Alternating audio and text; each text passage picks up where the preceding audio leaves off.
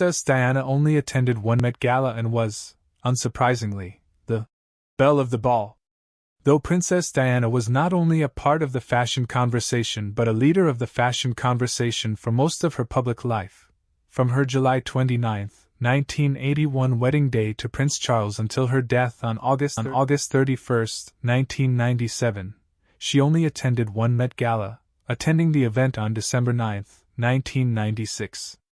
Anna Wintour had just assumed chairmanship of the event the year prior, in 1995, though she didn't chair it in 1996, in favor of fellow magazine editor Liz Tilberis. Since its formation in 1948, the Met was always exclusive and a hot ticket, but it hadn't yet reached its peak. First Monday in May. Fever pitch. December 9, 1996 found Diana just under 3 months removed from her divorce from Charles, being finalized at August 28.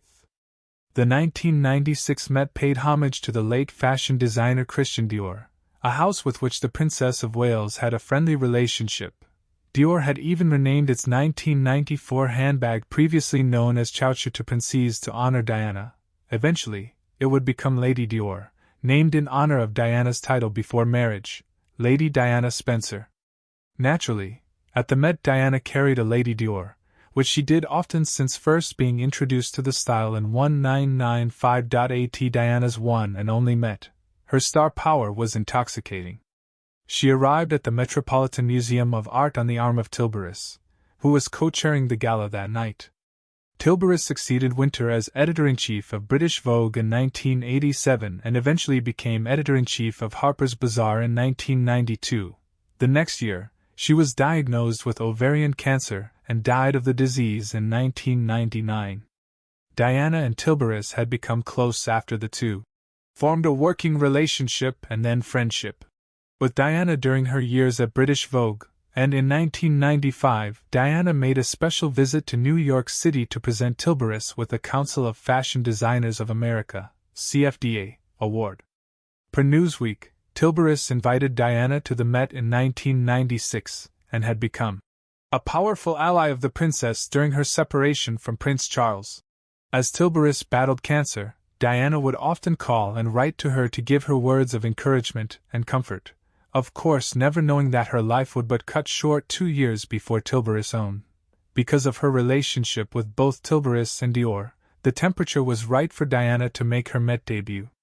The royal made a discreet entrance, Vogue writes, while wearing her most unroyal look to date. Diana's inky silk John Galliano for Dior slip dress, with its lace negligee trim and matching dressing gown style robe, was eons away from the D who once charmed the world with her chic jumper, and signaled that the recent divorcee was enjoying a new phase of her life unshackled from Kensington Palace protocol. Vogue continues. The lingerie detailing almost stopped the look from happening at all. Royal biographer Katie Nicholl revealed in her 2010 book William and Harry that Diana had reservations about the daring dress, mostly that it might embarrass her elder son, Prince William, who was 14 at the time and struggling with his parents' split. But Yahoo writes, ultimately, the urge to make a bold sartorial statement as a newly single woman won out.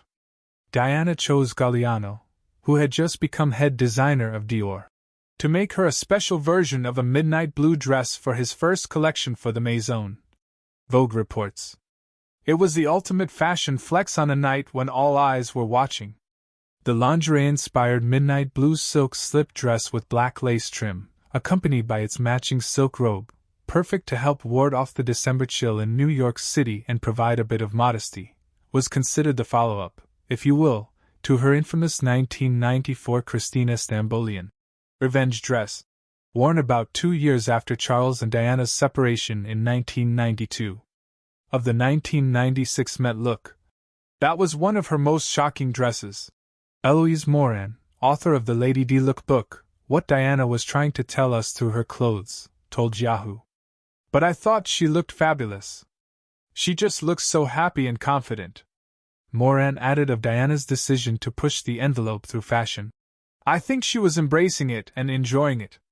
She knew she could never get rid of the attention and the spotlight on her, but I think she was positioning it in a different way, as a kind of international megastar, Marilyn Monroe-type icon rather than a member of the royal family. And I think the dress really reflected that. It was the moment, Moran said, that Diana went from royal to international celebrity. Was it a revenge look?